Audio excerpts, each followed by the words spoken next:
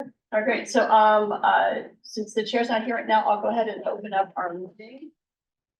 County Board meeting, March 11th at 6:03 p.m.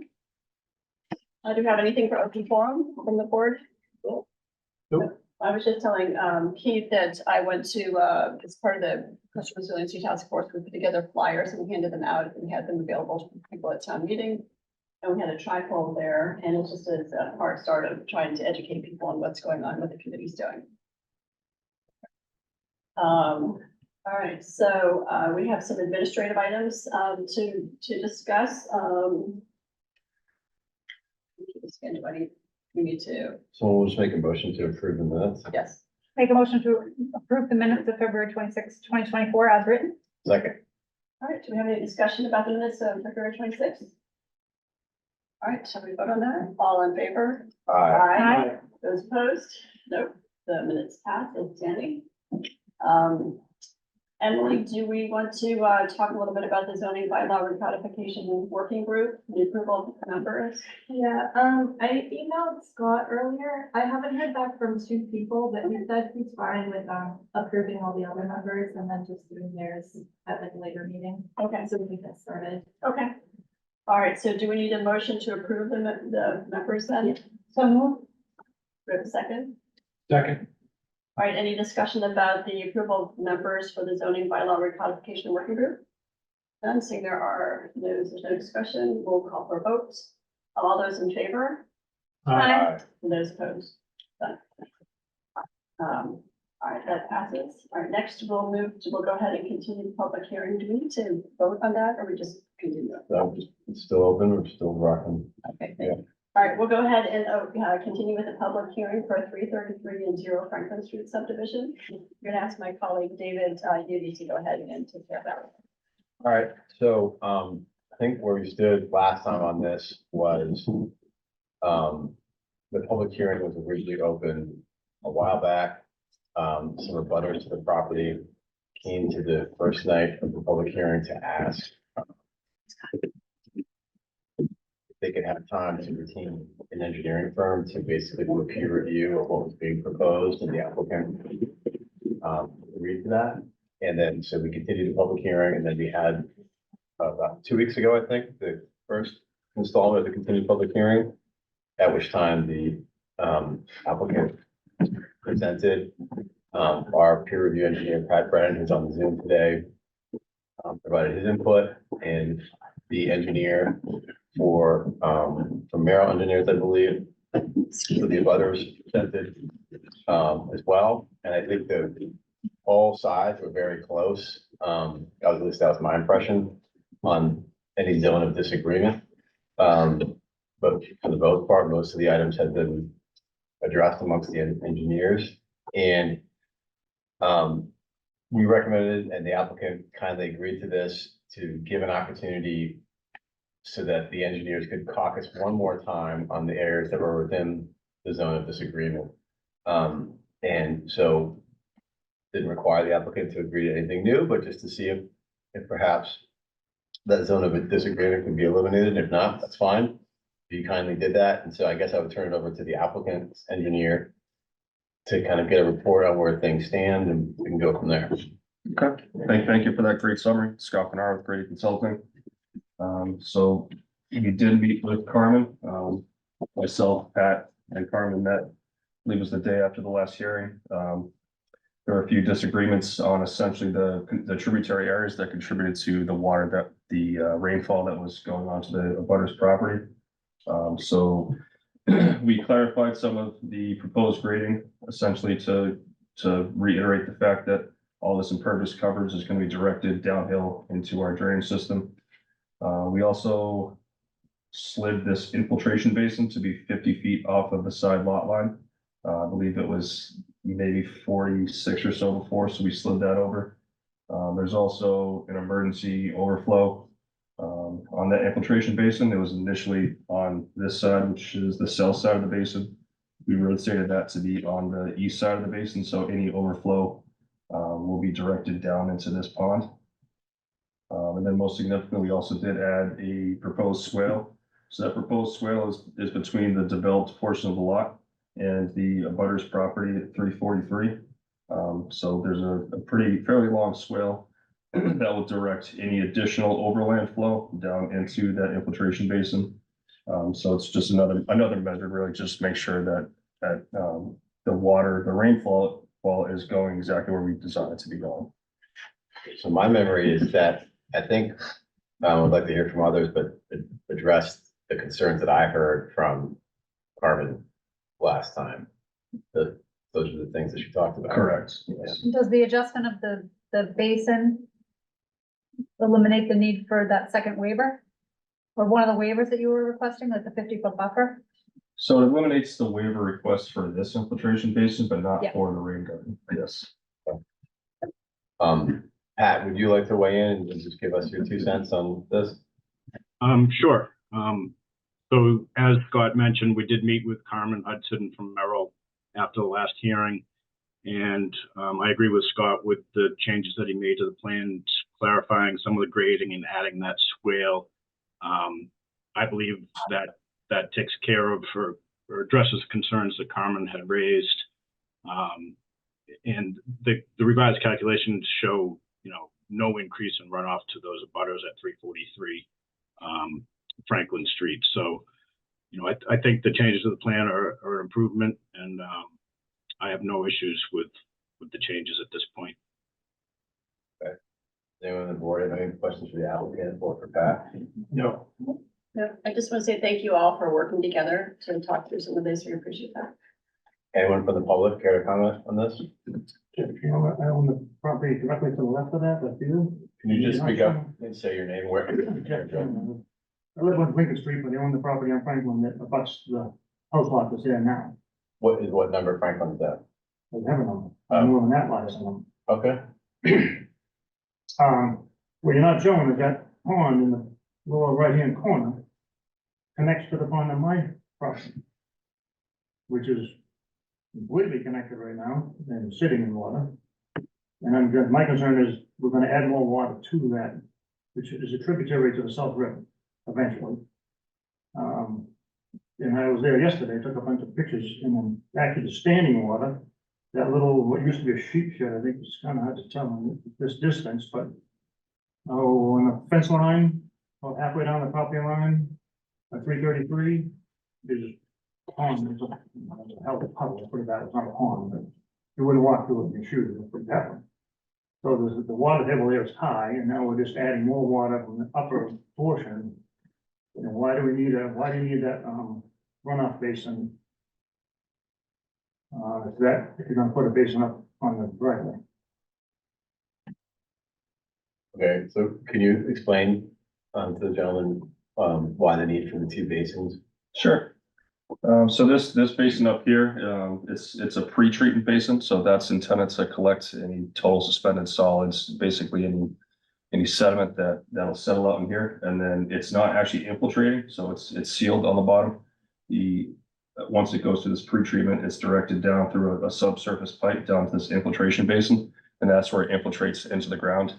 The need for that infiltration basin is to make sure that we're reducing the rate and volume of runoff elsewhere on the property. You're gonna dig right there where that infiltration basin is, gonna be, Right here? Yep. Yes.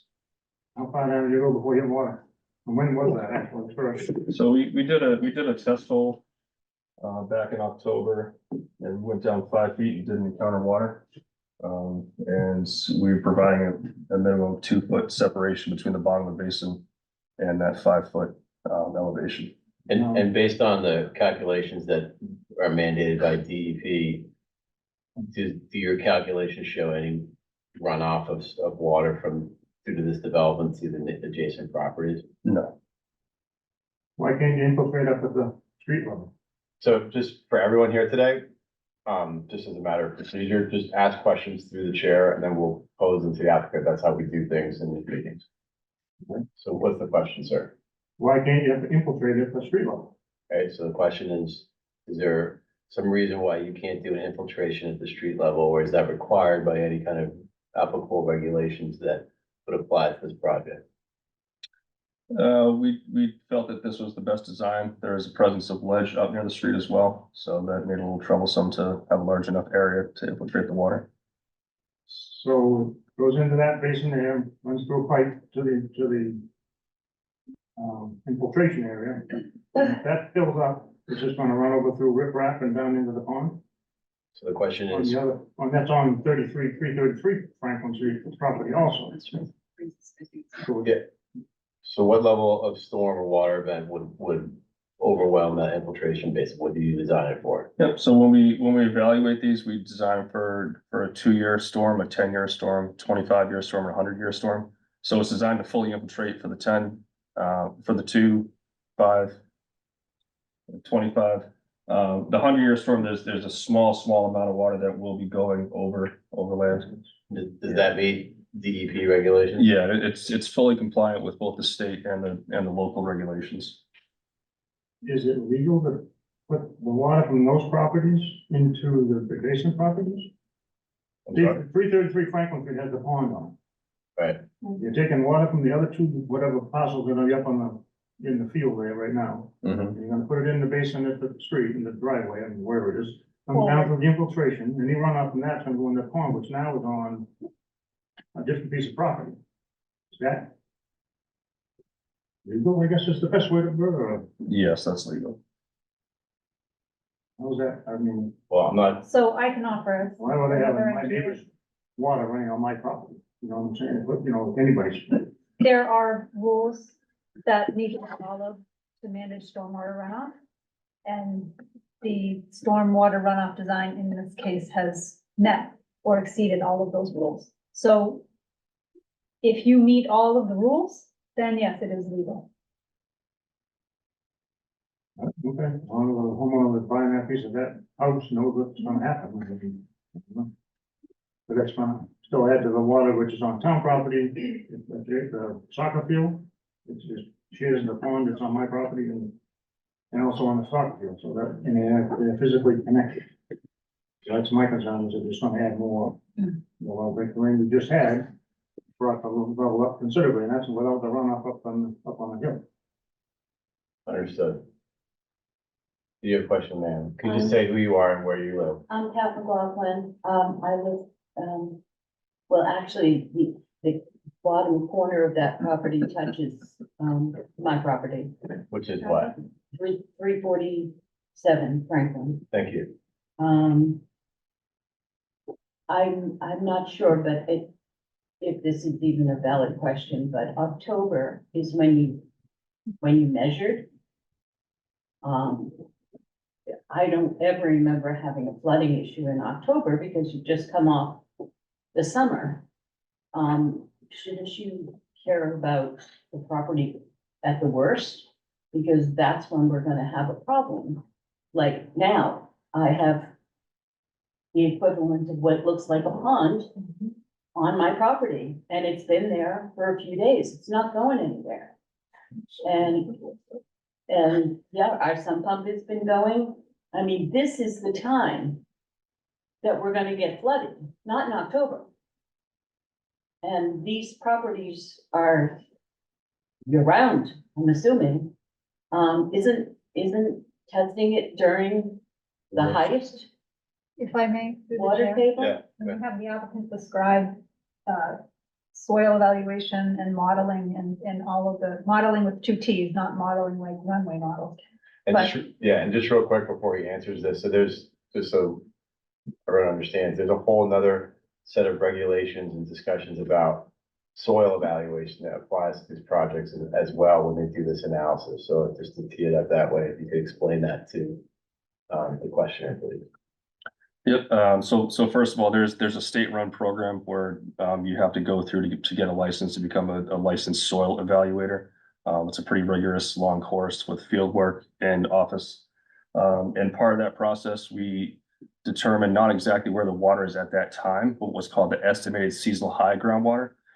So, you know, obviously there's gonna be times where the water table is lower and times where the water table is higher, but there's evidence in the soil where that maximum level is.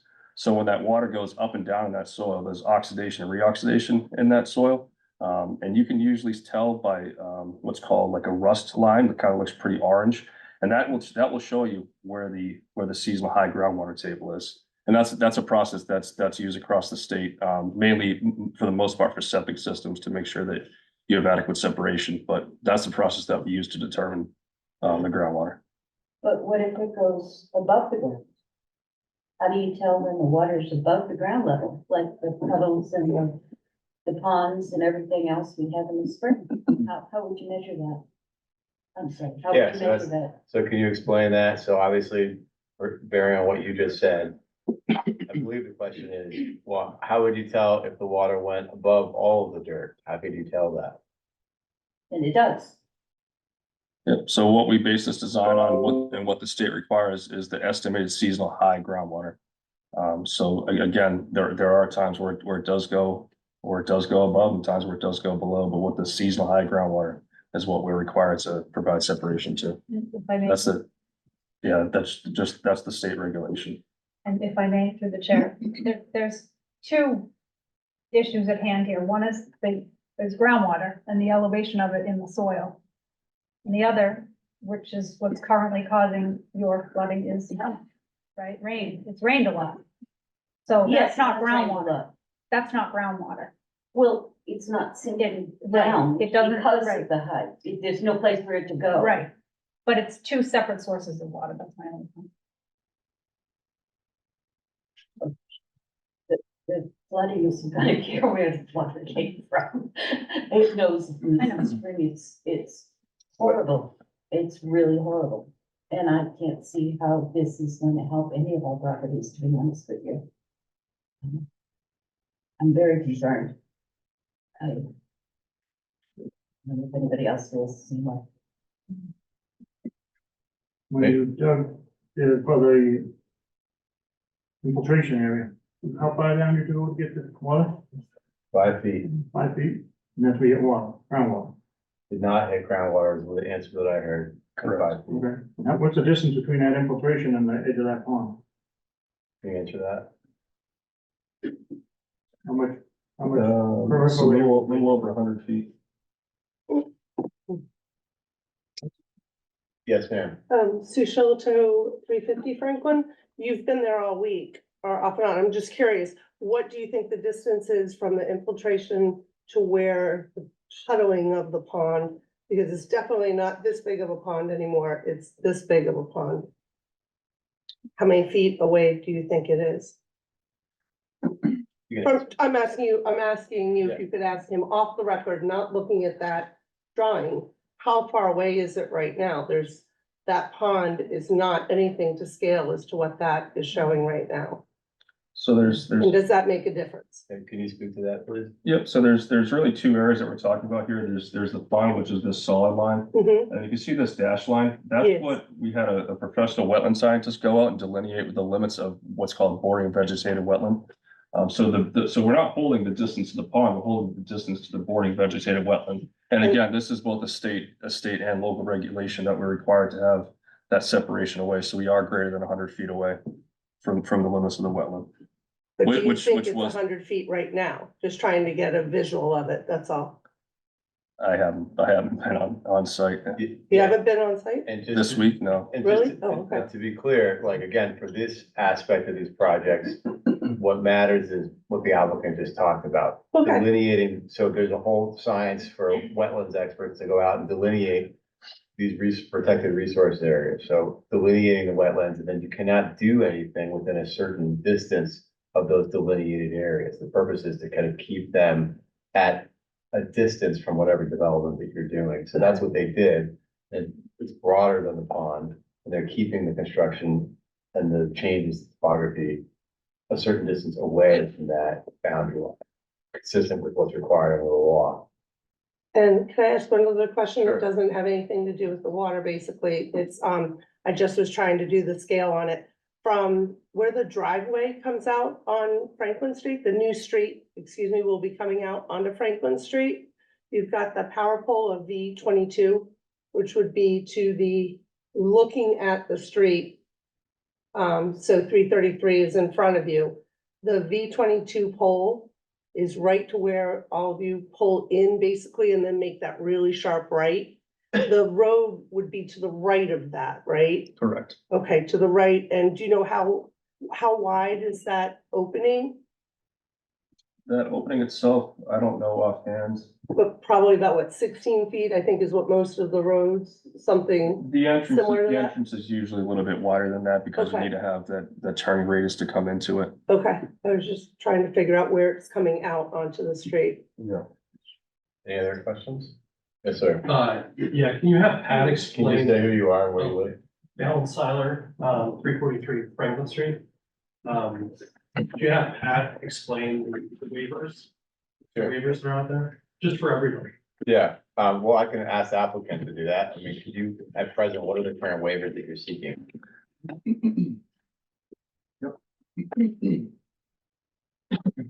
Um, the few waivers that we're seeking, one is section 7.3.7 D6I. Basins and associated outlet aprons and swales should be incorporated into separate land parcels exclusively for the purpose of stormwater management, rather than be shown as easements. So we are requesting that waiver to put an easement for this drainage basin down in here. Can you explain why you're asking for that? Yep. And, the reason we're asking for that is because we feel that that's the best design, that's the best location for that drainage easement. You know, the natural flow of water is going from the street down into the pond. So it made sense to have the infiltration basin in that lower area. As opposed to what that would have been required by the reg? So we could have by the regs put it, you know, up in here, parcel A, maybe down in this area. But putting it down here, we have a nice natural buffer of trees, so that's the reason that we decided to design the basin down there. So we'll have a natural buffer. The other section that we're requesting for a waiver is a 50-foot buffer zone of existing vegetation between the basin and pre-treatment facilities and adjacent uses or structures. So we are providing that 50-foot buffer between this infiltration basin and this property line. That waiver request is for the rain garden. It's for the rain garden up in here, and that waiver is just for between the rain garden and the proposed structures. We're providing greater than 50 feet to abut it. And those are the only waivers you're seeking? Yes. Pat, do you agree with that? Yes, that's correct. And technically, they probably could carve out a separate lot for the basin. One of the recommendations that I had for the board, if the project's approved and the applicant agreed to it, was that this street would be maintained privately, and it would be private in perpetuity. And therefore the homeowners would be responsible for the maintenance of the drainage system instead of the town. And having it in an easement, typically you want it on a separate lot when the town may potentially come in, accept the street, and then the drainage lot would be conveyed to the town. In this case, if the board has that condition that it's going to be private in perpetuity, a separate lot would never be conveyed to anybody else. So the easement in this instance kind of makes sense. But as I said, I believe that they could carve that out. What's shown as an easement, they could make that a lot if they wanted to. What Pat is saying is oftentimes in subdivisions, the regs will require that the drainage basin be on a separate lot, so that if the road is going to be taken by the town as a public way, then the town would maintain it. But the way they've set it up in this instance is to put it an easement over someone else's land in this development where the drainage basin would be. So Pat is suggesting, and I'll ask the applicant this, that we, as a condition of approval, that the applicant agree that the road will not be offered to the town for a taking, which happens at town meeting that gets voted on. And that what will be created here is an HOA type entity comprised of the homeowners in this subdivision who will, pursuant to those HOA docs, agree to maintain the basin, be responsible legally to maintain it. Does that make sense? So I'll ask you guys, do you have any objection as a condition for approval to agreeing that the the roadway and this basin remain private in perpetuity to be managed by an HOA? We have no objection to that. Yes, sir. Another question, in that drawing, I know that property very well, it used to be my grandfather's property at one point, anyway. But where's the barn in relationship to that infiltration, it's there right now? The barn? Can you speak Is to the that? barn staying there? Is it- So right, basically right behind the barn almost? The barn is staying there, correct? Any other questions? I do, I get a little confused with all of these, they're all sort of clustered up at the front there. Would you each have the required number of acreage and, each a septic system and a leaching field and, everything they need on their own property, Or is it a group property? So it's a subdivision, right? So each home will be serviced by, I assume, its own septic system. But the reason why they're applying for it in this way is because it's a subdivision, our subdivision rules and regs apply to the requirements for subdivision itself. So some of the stuff that I was talking about before. But the individual homes, they're basically individual homes, right? That will be serviced by their own septic system and any other individual home. One more question. Sure. if I could. We have all these basins and rain garden or water gardens and like how many, on the way down here, we saw that the new subdivision had like a catch basin for the water, which just became a pond. Right. And I'm worried about the safety of kids. And then you have, some of these could end up being deep. Are they just, does the water sit there like it's sitting in the spring? So no, I mean, what the responsibility is to have these systems maintained. And if you maintain them, they should function so that the water infiltrates. Is that correct? Correct.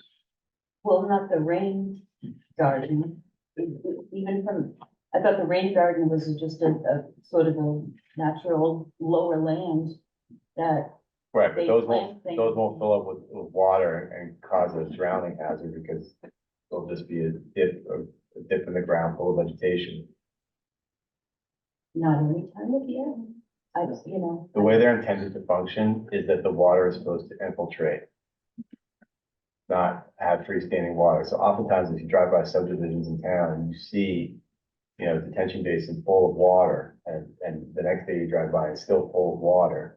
One of the main reasons for that is it's not being properly maintained. So the HOA or whoever's responsible for maintaining it needs to be doing their job to maintain it with regularity so it functions properly. That's what I was just speaking to earlier, that the applicant here has agreed that these basins that are on these easements will be maintained by the people who live in this development. It'll be their responsibility to do that. So if you're their neighbor and you see it filling up with water and you're worried about it, you can tell them that they should maintain it. That's their responsibility if it gets approved. Yes, sir. Who would enforce that? I'm Who's sorry. gonna make them do that? Because Well- the town have to have some kind of a. I'm not here to give you legal advice. No, I'm just I would thinking I about- would consult an attorney to speak about that, but in the abstract, if someone had young children next to a neighbor with a inviting hazard where the children could drown, they could certainly bring a claim against their neighbor to abate that concern. So it's up to the complainant to do it, for instance. The town has no recourse in enforcing that maintenance. Again, I would consult a lawyer to get answer those questions, but in general, no, it's not the town's responsibility to maintain private property. It's the private property owner's responsibility. Yes, sir. So what would the plans look like if they eliminated all the waivers and just did it to code like it's perfect? Well, just because waivers are requested doesn't mean it makes it more or less perfect. I think you need to look at the waivers, in and of themselves for the particular project. No, so if they don't, so what would it look like for them to put it into effect where they don't need a waiver? Right, and so what I'm telling, so, if they, let me preface it by saying that if they did that, then they could just do whatever they wanted to do there as of right. We wouldn't have to be having a discussion about it.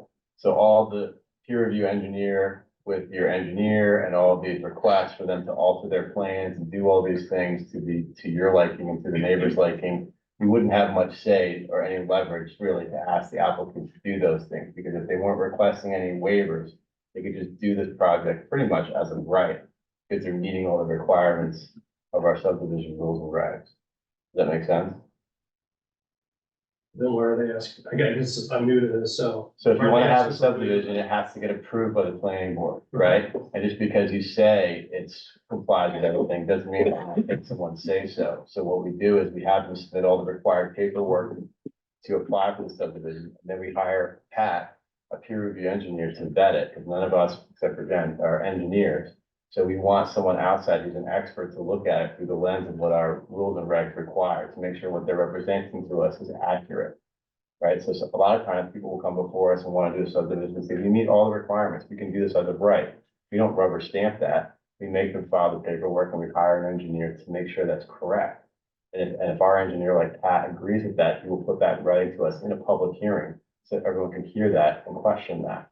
In this instance, the applicant is requesting those two waivers, right? So as a result of that, we have input as to what they're doing on the site, so that's why we've asked them twice to continue this public hearing, so that your concerns and the other neighbors' concerns can be addressed through your engineer. And they've made changes to the design as a result of that. So does that make sense, how the process works? Yeah. I'm Jessica Seiler, 343 Franklin. I think something that's been brought up that I'm getting a better understanding of now.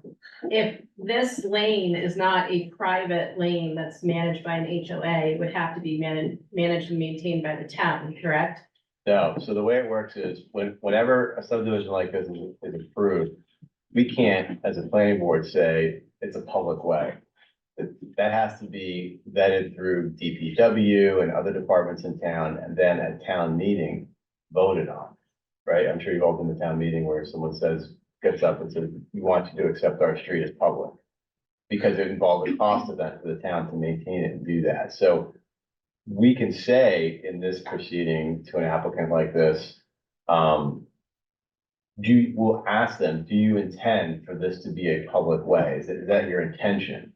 And if it is, then we will look at the roadway and what they're proposing to make sure DPW and fire and all that stuff is on board with this being a public way, if the town were to agree at town meeting to accept it. In this instance, they're not seeking to make it a public way. That's what they just said. They're gonna keep it private as a condition to any approval that we give them. And so as a result, what gets created is a legal entity called an HOA. They have a recorded document, the registry of deeds, that requires them to, among other things, raise funds and maintain their roadways and their catch basins.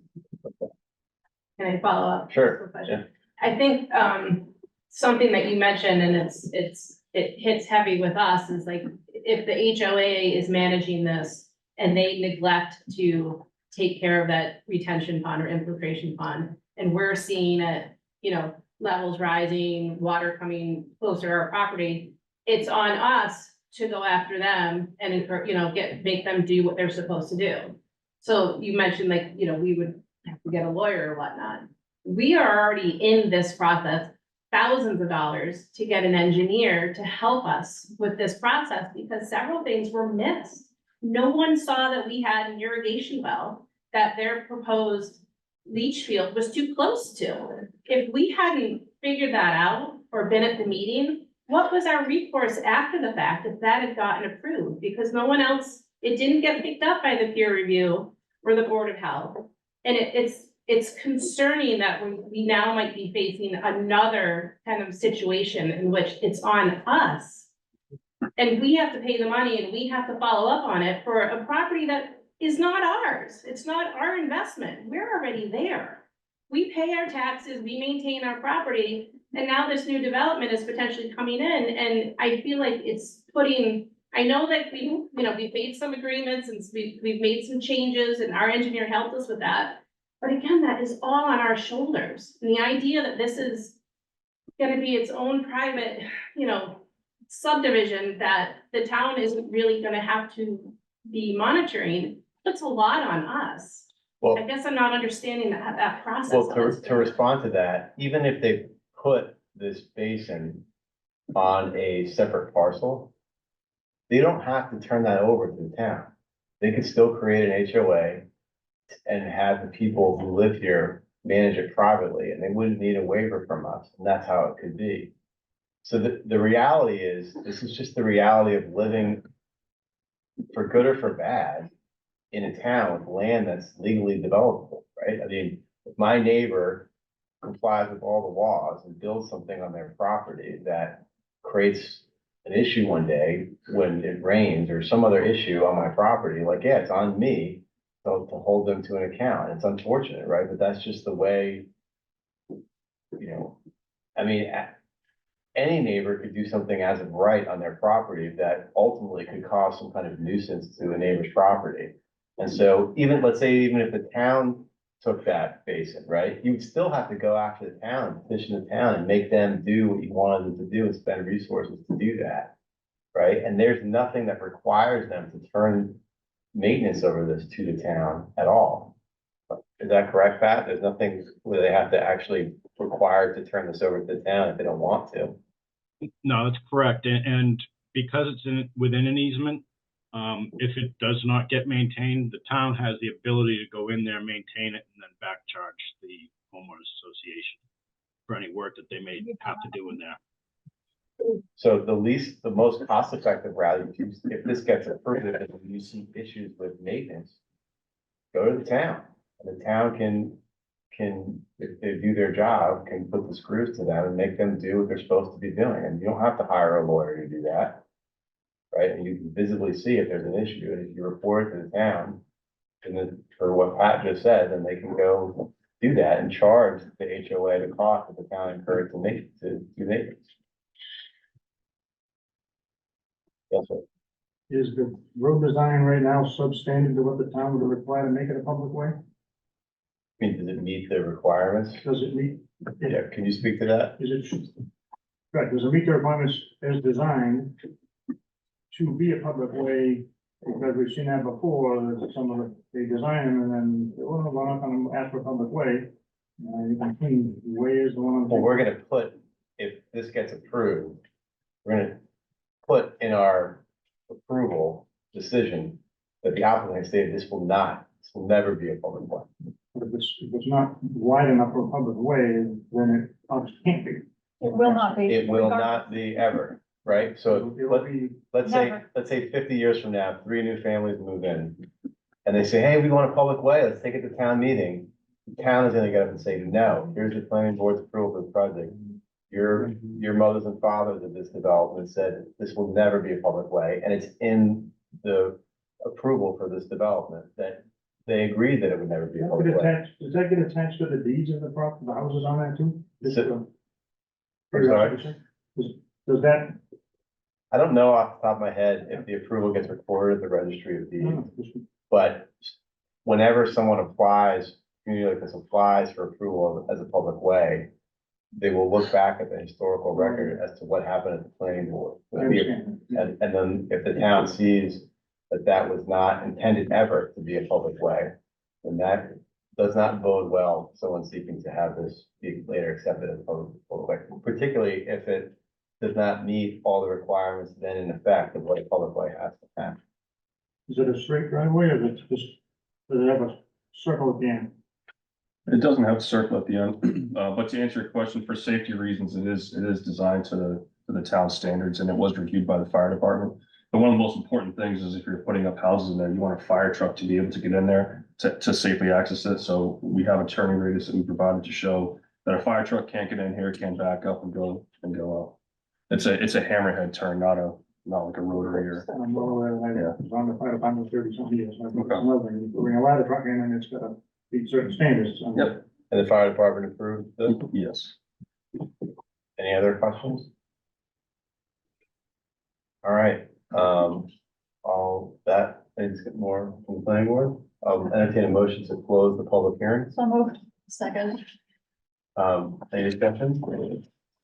All those in favor, please vote by saying aye. Hi. Hi. Aye. All right, public hearing is closed. You guys have anything you want to discuss about this?